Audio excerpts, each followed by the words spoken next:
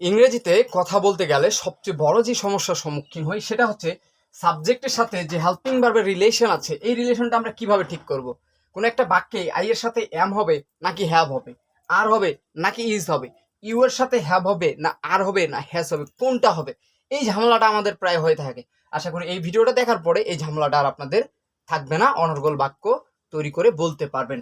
যেমন যদি present continuous হয়, বাংলা বাক্যগুলো যদি এমন হয় যে আমি যাইতেছি, আমি খাইতেছি, সে খাচ্ছে, সে আসতেছে, এরকম বাক্য হলে আই এর সাথে সব সময় এম বসবে, এটা চিরন্তন সত্য, এর বাইরে কিছু বসবে না।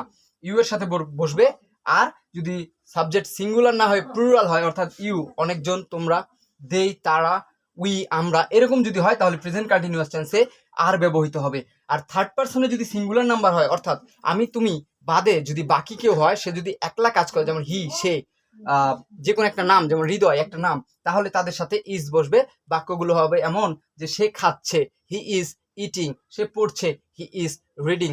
পারফেক্ট টেন্সে যদি দেখি, প্রেজেন্ট পারফেক্ট টেন্সে বাক্যগুলো এমন হয় যে সে খেয়েছে, সে এসেছে, সে গিয়েছে, এই ধরনের বাক্যগুলোর সঙ্গে সময় আই এর সাথে হ্যাভ বসবে, সব সময় হ্যাভ বসবে, এটার কোনো পরিবর্তন নাই।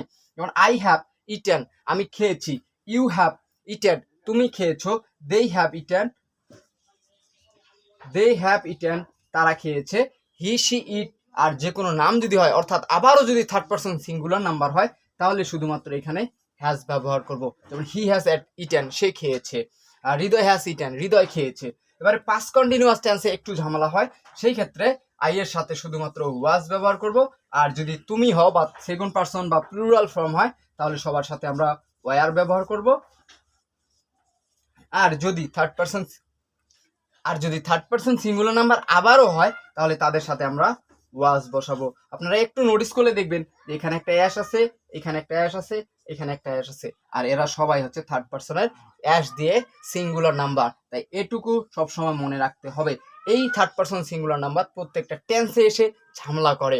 অর্থাৎ দেখবেন যে প্রেজেন্ট ইনডিফিনিট টেন্সে এই থার্ড পার্সন সিঙ্গুলার নাম্বার হলে ভার্বের সাথে অ্যাশ বা ইএস যুক্ত করতে হয়, কন্টিনিউয়াসে আবার ইজ বসাইতে হয়, পারফেক্টে হ্যাজ বসাইতে হয়, পাস্ট কন্টিনিউয়াসে ওয়াজ বসাইতে হয়।